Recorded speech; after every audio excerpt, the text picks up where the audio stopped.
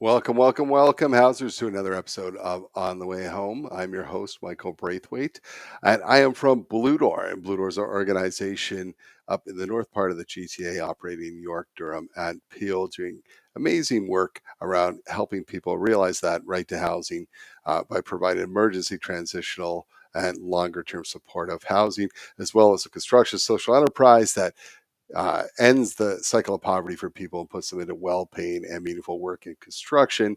And as well, of course, hey, if people come in to want to keep their housing, they have to remain healthy. So we have all sorts of programs that link individuals to healthcare to keep them healthy, to move forward in their path of housing. That and much, much more. There's a QR code on your screen. Just use your camera to connect to Blue Door or go to bluedoor.ca. Listen, we do this podcast in partnership with the Canadian Alliance to End Homelessness, powerful national organization, a national voice in the ear of government, doing great advocacy work, great training work, and much, much more. They do a huge national conference each year. Next year it will be in Ottawa. Check out all they do at caeh.ca. We are so glad to have them as partners. This week, we have a power duo as our guests. We're talking about the Intersectional Feminist Housing Agenda, and we need your help around this. It was put together by some really incredible partners. So today, we're joined by Khulud Baig, and Khulud is the Director of Policy and Community Engagement in the Women's National Housing and Homelessness Network, and was one of our first guests on this podcast on the way home. A powerful voice doing incredible work, and she is joined by Andrea Reimer, who Andrea's I always say a survivor of public service. So was a Vancouver City Councilor. Vancouver, as most of our listeners know, is a city that is very, very challenged by the lack of deeply affordable housing and an increase of homelessness over time. So she spent some time with government and currently teaches at UBC's School of Public Policy and Global Affairs. And we'll hear today about a wonderful podcast that she leads. And you can tell by her setup right away that she's a podcaster. She, they, us. It's a podcast about the housing crisis facing households led by women and gender diverse people within Canada's larger housing crisis. So they join me today to talk about the work, how it all came together for the Intersectional Feminist Housing Agenda, what led to that, what it is, what their hopes are. We talk about why it's important to use a gender lens when we're looking at housing and homelessness. We talk about who's all involved, the partners, what their hopes are for the future with government at all levels, what success looks like in the future, and how you could get involved, which is very important. And it's really easy by going to the website, and they make it so simple for your voice to be heard and for real impact to be had. We talk a little bit about how at the end of the day, the hope is to give some real teeth and accountability to housing as a human right. This is such important, impactful work. They're leading this. It's an important voice that is often unheard, and we need to change that up as we work through this crisis. I hope you'll enjoy these two brilliant individuals as much as I did listening to them. I learned so much in this podcast each week, and I learned how I can actually be part of the solution. They're giving you a chance to be part of the solution moving forward, working with some brilliant people, and that's the least we can do. So let's go to that conversation now. I know you'll enjoy it as much as I did. Another week on the Way Home podcast, and not one but two amazing guests. We're going to have three, but our third guest is down and out, not feeling so well. But we have two amazing guests with us. Khulud, Andrea, welcome once again to the podcast. Thank you so much. Yeah, thanks, Michael. Great to have you here, and I think you have so much knowledge, no pressure, but I'm going to ask you this question, and it's actually kind of personal, so there's no right or wrong. Andrea, we'll start with you, then go to Khulud. And that is, what does home mean to you? Oh, that's such a great question.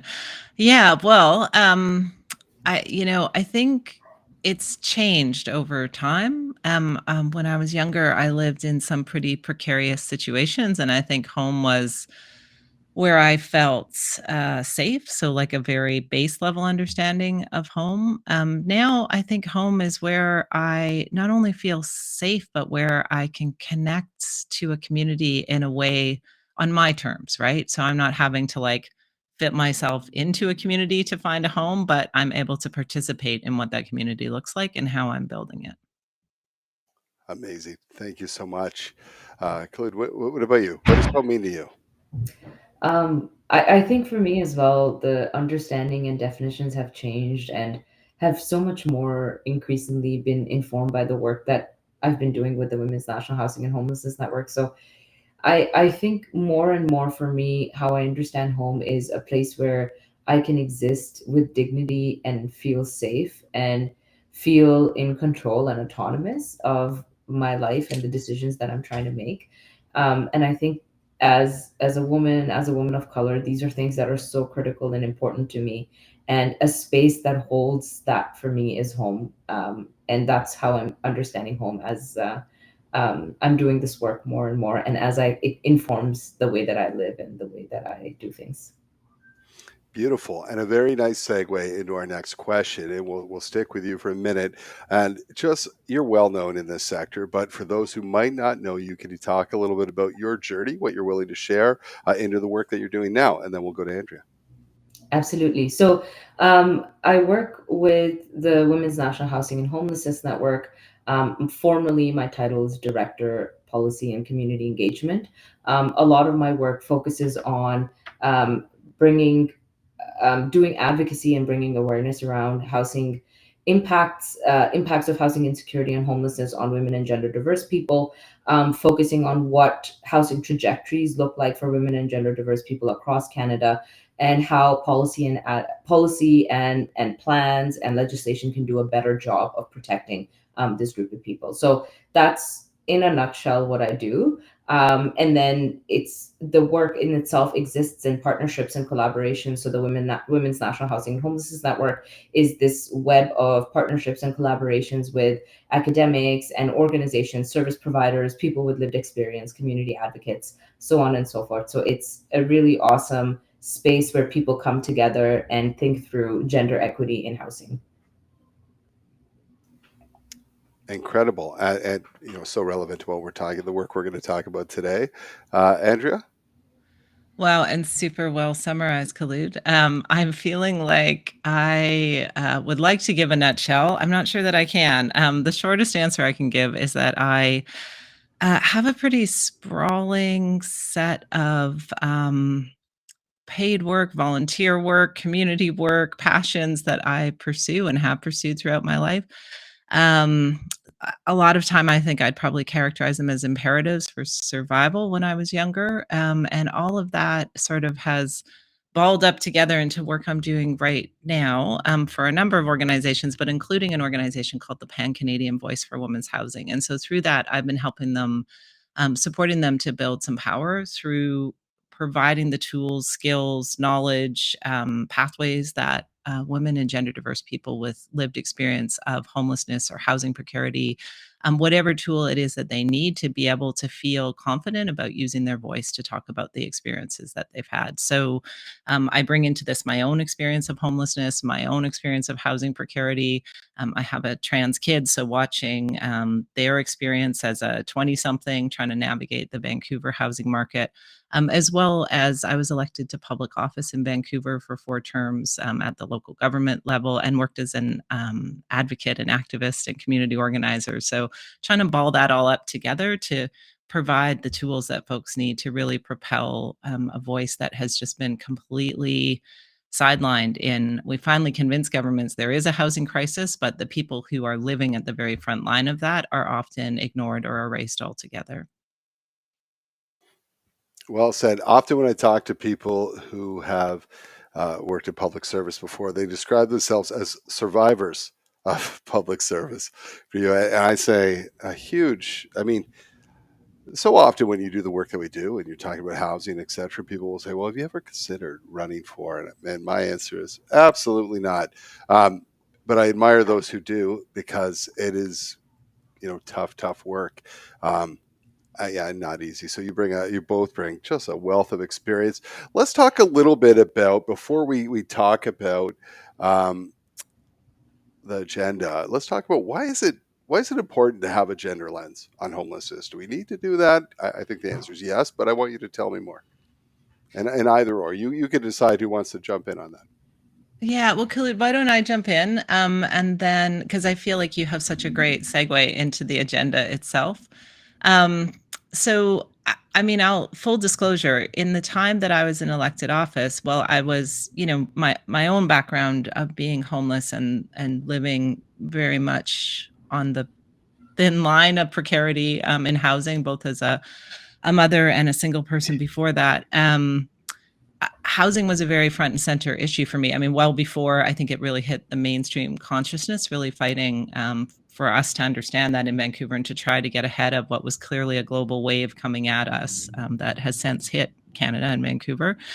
But within that, I'm embarrassed to say that, while I understood women and gender diverse people had specific needs, we didn't have specific strategies for them, because in the 2000s and 2010s, the view of homelessness was based on homelessness counts, which were such a great innovation in the early 2000s, right? But who we're counting is the people who can afford to be visible on the streets, which seems so crazy, right? In this context, this hierarchy of extreme environments that people are in, that there's some people it is so dangerous for them to be seen as homeless that we're not even seeing them. And so therefore we're not coming up with strategies for them.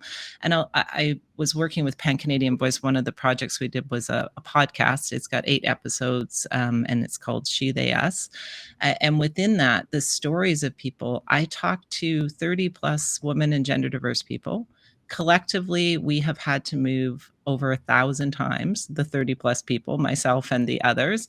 Not one of us at any point in our lives has ever been counted in a homeless count, despite the obvious need that we have, right? And so it sort of is this weird intersection of low wages, low power, misogyny, discrimination, gender-based violence, transphobia, and then also we have to make ourselves invisible just to survive. So then our chances of getting help are even lower. Yeah. I thank you so much for saying that, Andrea, and thank you for sharing your own experience, which I think is the most powerful channel for women and gender diverse people to talk about their housing insecurity and homelessness. Because you're so right.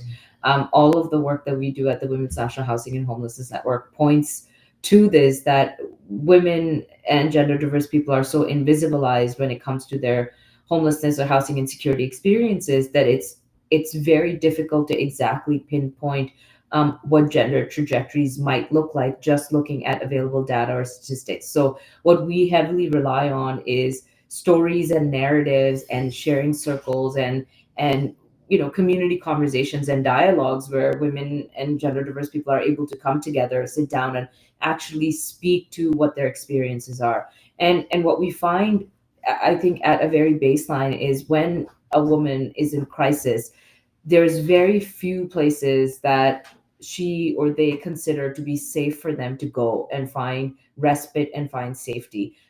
We know that emergency shelters in most cities across Canada tend to be co-ed. They're not necessarily gender specific. They don't offer the kind of safety that women are looking for, especially if they're with kids, especially if they are already fleeing a violent circumstance and are trying to leave that behind. And then on top of that, spaces that are available can sometimes be very limited, over capacity, sometimes be high barriers. So certain women with complex challenges might not be able to access them. And then, of course, there is the fear of surveillance and institutionalization, where you're worried about losing your kids and you're worried about child apprehension systems. So you furthermore feel safe invisibilizing yourself. So when we talk about gender trajectories through housing insecurity or homelessness, we're really talking about how multiple systems interact to create points of extreme marginalization and vulnerability for people that are seeking safety and seeking alternatives to whatever situation they're currently in. And then furthermore, now we're in environments where, there are women or gender diverse people who exercise their agency and set up a tent for themselves and set up some semblance of a home. And now we're seeing extreme punitive measures towards tearing those down, or taking those away, and not respecting people's belongings and not respecting people's space. So where do people go? The only option available to them is to hide and be invisible, to find a shelter for night, to rely on something like survival sex, or stay with somebody that can exchange shelter for sexual favors, or whatever else that might look like. It's just so precarious and so vulnerable, the stage to be in. And that's this full story that we're trying to bring to the fore. Amazing, and thank you for doing that, and thank you both for sharing. Um, let's talk about it's intersectional feminist housing agenda, and apologize if you have to repeat any of, but um, talk to talk me through the process. How did we get to where we are here? Um, how it came about? What does it include? Do you want to start, Andrea? Well, Khulud, I feel like you had more of a front row seat on this one, so I'd love to hear that. I feel like, yeah, I'll do my best if I feel like you're not going to leave blanks, but maybe I can add some color commentary. Absolutely, please do. I'm always cautious of like speaking too much. So anyways, I'll start off with actually what kind of planted the seeds for the idea was the coming together of the Women's National Housing and Homelessness folks and the Pan Canadian Voice on Women's Housing folks at this annual symposium that's hosted by the Pan Canadian Voice on Women's Housing. And it's an amazing, awesome space attended by many advocates and people with lived expertise. And it's just a knowledge sharing space of where people get an opportunity to talk about what they're seeing in their communities and what the path to action looks like. And our discussion really quickly crystallized that we really need a collective voice of women and gender diverse people, in housing spaces, in housing sector, to come together and say, what do solutions look like for us and on our terms and articulated by us? So that's where the idea started taking shape. And then we're really lucky at both of the networks, at the Pan Canadian and at Women's Network, to have advisory committees and lived experience led committees that come together and shape what the national agenda could look like. So we pitched these ideas to our respective committees. There was a lot of yay and sign on for it. We hosted office hours and conversation circles for people to just tune in whenever they have capacity and give us input to what are the most urgent things that they want to see happen in their communities. And like with anything else that's such a layered socioeconomic issue, housing is so multi-layered, and so that people see working in their community. So there's no one answer and there's no one way to go about it. And whatever folks are seeing in their communities, they think that the solution for that is the absolute most important and most urgent. So the challenge always is, how do you take something that is truly collective, that truly believes in consensus building, and you put it together in a format that is policy smart and has efficacy and usability in different policy and decision making circles. So that was the challenge that we were up against. We're so blessed to have such an engaged group of people who represent so many different regions and so many different walks of this housing sector that came together and provided us that input. There were multiple iterations and corrections, and we eventually got to an agenda that we thought was succinct and offered many point form solutions which can individually stand and move the dial on housing outcomes for women and gender diverse people. And that's what we ended up with, and that's what we were hoping is going to be read and mobilized across Canada at different levels of government. It's written to the federal government, but there really is movement and action for all levels of government to be involved from now until whatever the future looks like. Our hope is that people can just take the agenda to a local decision maker and talk to them about it, and talk to why gendered solutions are so critical in this current housing crisis that we're in. But that's really the gist of what we tried to do with the intersectional feminist housing agenda. Very cool. Now, I saw in some of the materials that I read, you were taking that to the federal government in December, right? Is that true?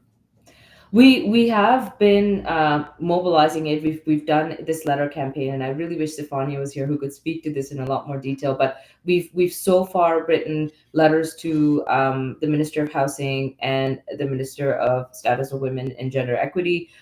We're also encouraging people to write to their local representatives to take the agenda to them. I think we're slowly moving to success. We haven't really heard back from the Minister of Housing or the Minister of Wage yet, but we're hopeful and we're going to keep going. And the goal really is to get eventually some form of a roundtable where we can invite the advocates in the room to be speaking to the agenda and to be talking to the minister. So we really, really want to see the agenda be used and utilized in decision making and in informing decisions federally. So that's the goal, and we're slowly working our way towards that. Cool. Andrea, anything to add at all? Yeah, well, I thought that was a great summary. I think like what twigged for me as you were talking, Khulud, and they're like embedded into the work from day one, but I think maybe helpful for listeners to know the whole point here, like the symposium's been happening since 2017. It was a response. As folks may remember, Stephen Harper, in his time as prime minister, was not very focused on housing. We had a change in national government in 2015 who had more of an interest in housing. So things started, shifting. But Janice Abbott, who's a real towering figure in the world of women's housing and gender, thinking about gender when we're thinking about services, she was like, we have been so busy just fighting off devastation that we just haven't had time to imagine a future. So what if we could all get together, women, gender diverse folks, and imagine what hope looks like? What is a hopeful future? And so that's the roots of the symposium. And it just speaks so much to me as I hear you talking, Khulud. I didn't get to go to the symposium this year, but like, if women and gender diverse people don't have spaces where we can talk and imagine and hope, and also talk about our fears and frustrations, anger, and just our experiences, this is not possible. But it speaks so much to why we need this agenda, and why it's so important. There was a housing announcement here in Vancouver a few weeks ago that I called an announcement, because everyone on the stage, I mean, you've got a guy prime minister, you've got two guys who are housing ministers nationally and provincially, you've got a guy who's a mayor, and it's not to say they can't imagine the experiences of women, but they can do that because we get together and figure out a way to amplify our voices. And that's why it's so important, this work. Absolutely. And well said. Thank you both. You talked about Khulud, you kind of touched on the partners. Tell me more about who are the partners involved. So we have the agenda that was co-released by the Pan Canadian Voice on Women's Housing, the Women's National Housing and Homelessness Network, and then the Women's National Housing and Homelessness Network works really closely with our sister network, who's the National Indigenous Housing Network, and the three of us got together and we put together this agenda, and then each of us have steering committees that are represented by service providers, organizations. We were able to get some asks that were specific to the urban, northern, and rural Indigenous strategy. We were able to echo those from Nietzsche, that's doing some really critical, great work right now on getting housing built and developed for urban, rural, Indigenous, northern communities. We were able to echo some work and some voices from Make the Shift and some of the work that they've done specifically around financialization and addressing that. There was some critical work that we also involved and included from other partners that are on the ground, that are providing low barrier transitional housing, that are providing low barrier shelters and spaces, include and involve their voices. So there really was an array of voices. And then we have just community advocates and lived experts that sit on these tables and bring a wealth of experience navigating systems themselves and helping other people navigate systems. So I really feel like those voices are so critical because they highlight the invisible and they talk about the invisible. And that's where specific policy interventions or solutions can be built, where, there are experiences that have not been acknowledged or not currently acknowledged in policy solutions. So it's really an array and mix of voices that are working at different levels in the housing sector, that are involved in the community, that are involved with service provision, that are involved in research and academia, and we have those voices represented in our steering committees and in the membership that was involved in putting this together. You know, it's interesting for when you talk about government and Andrea. Uh, being part of government before, sometimes what I find, especially with federal government, is they can only hold one or two ideas in their mind at the same time. Right now, and I'm not, it's not a criticism because you've got multiple things going on, right? And for the longest time, as advocates, we hammered home housing first. People started to get, and that was the solution to everything. Housing first, great. I could understand that. People were talking about, hey, you know, we also need to talk about prevention. You can't end homelessness if you don't prevent it from happening in the first place. Okay, can I get that? And then we need an Indigenous strategy, which we absolutely do, separate from, and so there's all these different pieces, right? And we've seen that too. We've seen, just looping around to the ruling around encampments, saying you can't just say we have a shelter space for people to go to. There's a variety of needs that have to match the individual's needs, that if you want to support them in their housing journey. People are having a tough time. We're kind of a society that always looks for that. Let's get everyone, you know, through the same kind of box, the same system, right? And I hear what you're saying here too, like the needs of you know, of women and homelessness and precarious housing, um, are different, right? And take different solutions. What has the response been so far, and what have your with as you're introducing this, has it been welcomed? Are you hopeful? Yeah, I mean, as Khalid was saying, like the government response, and not surprising. I mean, we released it in December, and tends to be a time, especially in non-election years, where governments maybe take an opportunity to have a break. And I don't begrudge them that. I will say up front, after COVID, anyone who was governing during COVID, I can imagine them being extremely tired at this point. But I think we'll see some more traction over the coming weeks. One of the really exciting things we put out there to partner networks, we had over 80 endorsers in like 2 weeks, which was I don't know, it's like giving me goosebumps just to say that, to realize, like, you know, when you work in this area and you've tried to have this discussion for many years, kind of realizing, oh my God, I think we've hit a tipping point where people, Michael, I think you articulated it really well, are understanding that it's hard to have collective answers to individual experiences, but we need to be able to do that, because those individual experiences were often created by deficiencies in our collective response, right? Whether that's colonization or one size approaches that advantage certain folks, certain genders, certain ethnic backgrounds, etc. And so I think we're getting better at holding complexity in our heads. I do think what we're asking for from government is hard. I'm not gonna say it's not, but I think them not acting is a lot harder. I think we're seeing it playing out every single day, in our streets, in our workplaces, in our families, in our extended networks, and that, yeah, I think this is one of the great challenges of all.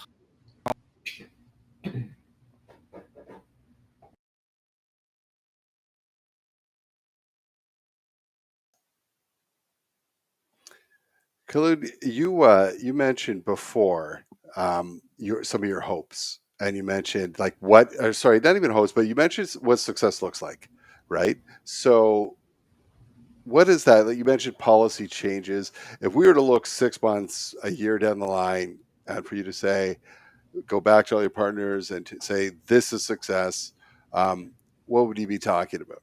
What would it look like? What would make? What would you say? Like we've hit the mark and we're on to something here. Um, the cool thing about the agenda is that it does assign some form of like a sense of time to what success can look like in the now, in the medium term, and then in the long term. So it really does kind of it can be used as a way to indicate success. Now, I do, just being realistic and knowing what we know that our ideal times and our ideal aspirations are not what are going to conspire. So I think that what success can look like is some form of commitment whether that is through reflections in budgets, whether that is through reflections in, I know that there is the upcoming review of the National Housing Strategy on the table, like seeing the agenda reflected through those policy pieces or those decisions, that's what success can look like for us. We call for significant investments in social housing, where we've echoed calls from this other housing and social housing and human rights campaign. Seeing that commitment would look like success. Seeing a strengthening of the really lacking income support infrastructure in Canada currently, seeing those rates go up would look like success. Seeing some form of commitment to just overall strengthening of income supports infrastructure in Canada would look like success. Better national standards around tenant protections can look like success. Like, there really is so much, Michael, that is there to grasp and work on. Like, tomorrow, if there is the will, to say that we've succeeded. What I'm really hoping is that that's what we get to see with this agenda being taken up at different levels of government. Like, there's many areas that are right now, like Andrea articulated, leading to systemic deficits that are leading to these crises in our communities. And some of them really just are a political will thing, where we can just kind of make a decision and move towards that. Like, I can say, for example, better protections against evictions are going to make a huge difference for women and gender diverse people who are losing their housing currently. And this is directly from a survey that the Women's National Housing and Homelessness Network conducted. Women, one of the major leading causes for women to lose their housing is their breakup with their partners, because security of tenure is just something that's so lacking and absent for women in relationships. So could there be better solutions for women to keep their housing in case of them, breaking up or leaving the relationship, or having to, get away from an abusive partner? These are things we can really put our heads together and think about. And I'm positive that people have already thought about this, and there are solutions on the table. We just need commitment. So I think that success is at once very within reach and tangible, and yet, like the distance and the that we have to travel is this lack of, like, sometimes political will, and then maybe some other challenges and consensus building at different levels of government. But we have to commit to it, and that's what the agenda hopes to do, is to get some commitments from folks that these are areas that are important for us, and these are areas that we want to work on right now. Yeah, and I think, thank you for that. And I think I know the answer to this too.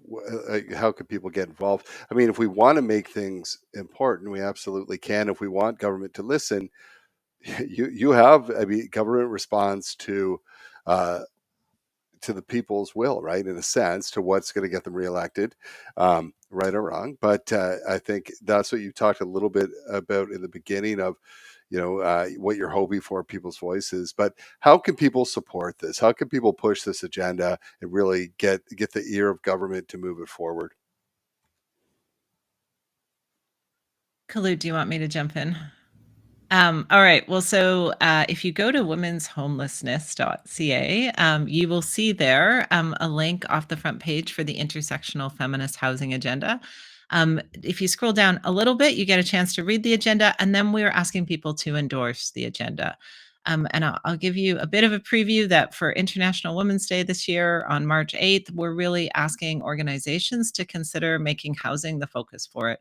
Because just like every gender, if you don't have a safe place to live, it's very hard to build other aspects of your life out, whether it's education or work or personal fulfillment of any kind becomes very difficult to achieve if you're in insecure housing. So really asking people to consider this.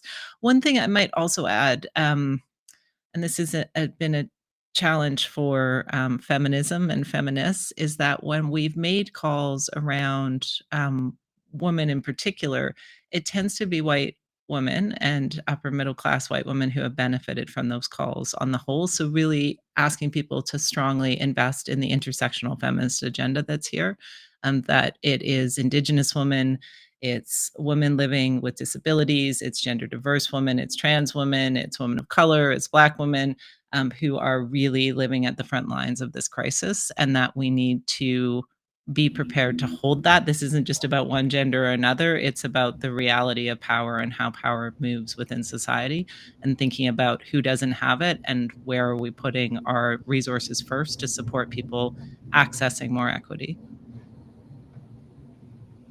Absolutely. Thank you for that, Andrea. And I'll quickly actually add, I really feel like the power of the agenda is in the endorsements and in the number of people talking about it and thinking and pushing the importance and urgency of it. So, like Andrea said, we are doing this big push leading up to the Women's Day in March, hoping that we can get more folks talking about it, more folks writing to their elected representatives, and just overall making solutions and aspirations in the agenda part of their conversations on Women's Day. I also just wanted to say that so many of the points in the agenda are advocacy calls from organizations that have been leading their own campaigns for years and years and years, and that work in itself stands on such solid ground. So at the end of the day, the power of the agenda is in this collective advocacy that so many groups have been doing for years, sitting at the intersection of different vulnerabilities and marginalizations experienced by women and gender diverse people. So the depth of the intersectionality of the agenda stands on the shoulders of a lot of folks that have been talking about these solutions for years. So really, we're not seeing anything new. I think what's really transformative about the agenda is it's bringing those voices together, and it's creating a push for urgency and immediacy in responses. And stronger together. Give us that website one more time where people can go. And I'm sharing, like, you make it so simple for people to have a voice. It's not complicated. It's womenshomelessness.ca, Michael. And if they are just on the home page, they can scroll down and there is the Intersectional Feminist Housing Agenda. And you click on that, and it takes you on a page that'll have everything that you need to know and need to do about the agenda. So it's super simple. It's just 2 clicks away. And if they kind of follow us or join our mailing list, there's going to be ongoing updates around what's happening with the agenda and what are opportunities to get involved. Wonderful. Thank you so much, both of you, for driving this forward. Definitely needed. And I think, the more voices we get attached to this, pushing this forward, making it the conversation to have, the stronger it will be. Before we go, just tell me a little bit, each of you, if you tell me a little bit, this is a piece of what you do. You're doing many different things. This is your chance to plug your other work and your organizations. Yeah, why don't I start, Khulud, and you can round us out. So I feel compelled to talk about the podcast, but I was thinking about it while we were talking about the agenda. We're kind of assuming your listeners are like, yes, I totally get this, and I'm ready to sign on. If this is a new issue that you haven't, like, intuitively, maybe you get it, but you're interested in learning more about the specific impacts on women and gender diverse people and their families, that's what the podcast She, They, Us, put out by the Pan-Canadian Voice for Women's Housing is all about. So we have a first episode where we do a reality check and talk to academics and researchers and kind of like who I think we traditionally think of as experts. And then we go from there into we've got 5 episodes that are talking to, I would consider the real experts, the women and gender diverse people living on those front lines, and hearing from folks who are those intersectional identities coming together into this housing crisis and hearing how that's impacting them. And then we have 2 episodes of solutions, so that there are some pretty challenging stories in that podcast, but I think all the more reason the courage that those folks showed to speak about them, I think, is really important. And then that podcast exists because we've been supporting through Pan Canadian Voice. We refer to them as the army of women and gender diverse people to help them tell their stories. So if you go to the Pan Canadian Voice for Women's Housing website, what you'll see there are resources that you can use if you're looking for support to tell your story, and who you should talk to about your story of housing and homelessness and housing precarity. The resources are there.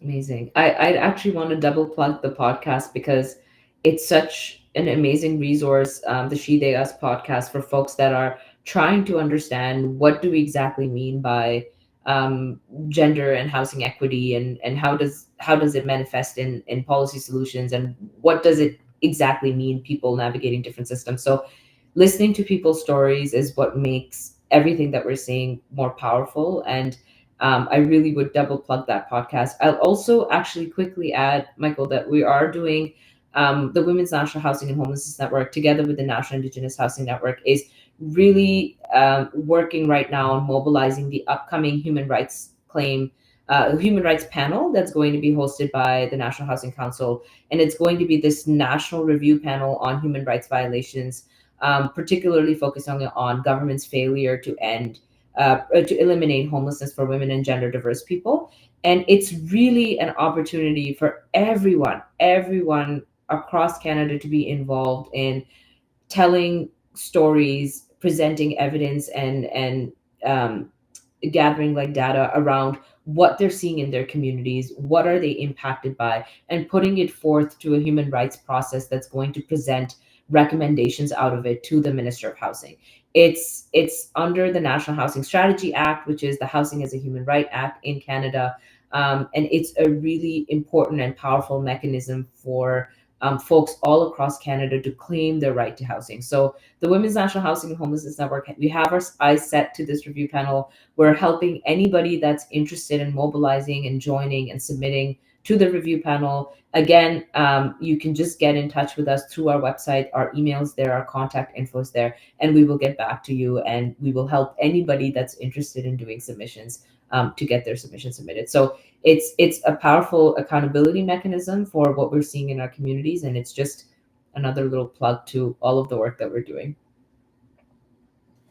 I love that accountability piece. I mean, often when we talk about the right to housing and housing is a human right, people are like, "So what? Like, what? You know, what? How do you get some teeth to actually realizing that right?" And if I hear you correctly, that's exactly like let's do that, and make sure people can recognize that and realize that right for sure. You're both doing impactful, life changing, important work, and I appreciate so much you taking the time out of your busy schedules to join me today. Now, I could tell, Andrea, you've got a podcast set up there. Sound is fantastic. So listen, go listen to this podcast. I assume anywhere you find podcasts, you can find the podcast. Yeah, it's Spotify, Apple, SoundCloud. One thing I will say, if I had to name it again, love the name. Very hard to find when you're searching. So, Pan Canadian Voice for Women's Housing is a better way to find the podcast than she, they, us. It's awesome, but I hear you. Often for this podcast, we direct people to the website rather than trying to find it on their own. And Khulud, I'll say this: I'm looking at your headset. That to me looks like a government issued headset. So you've done. Usually, when you are speaking with government, they ask you to come on and do some kind of deputation. They'll ask you, "What headset do you have?" And then they send one to you because they don't believe you could actually do that on your own. And that red cord, I recognize. Is that right? I have to say, I'm using my partner's. Ah, see, yeah, and I bet that's where they sent me one before, and my partner actually took the one I got like that for sure because they're good headsets. Listen, thank you so much. We're gonna make sure this drops before March 8th, so everyone can get behind this, and I encourage our listeners to do just that. Any of the work that you're doing, if you ever want to get it out to our sector and share it widely, you're welcome back. Just say the word. Thank you so much. Thank you so much. Thanks a lot, Michael.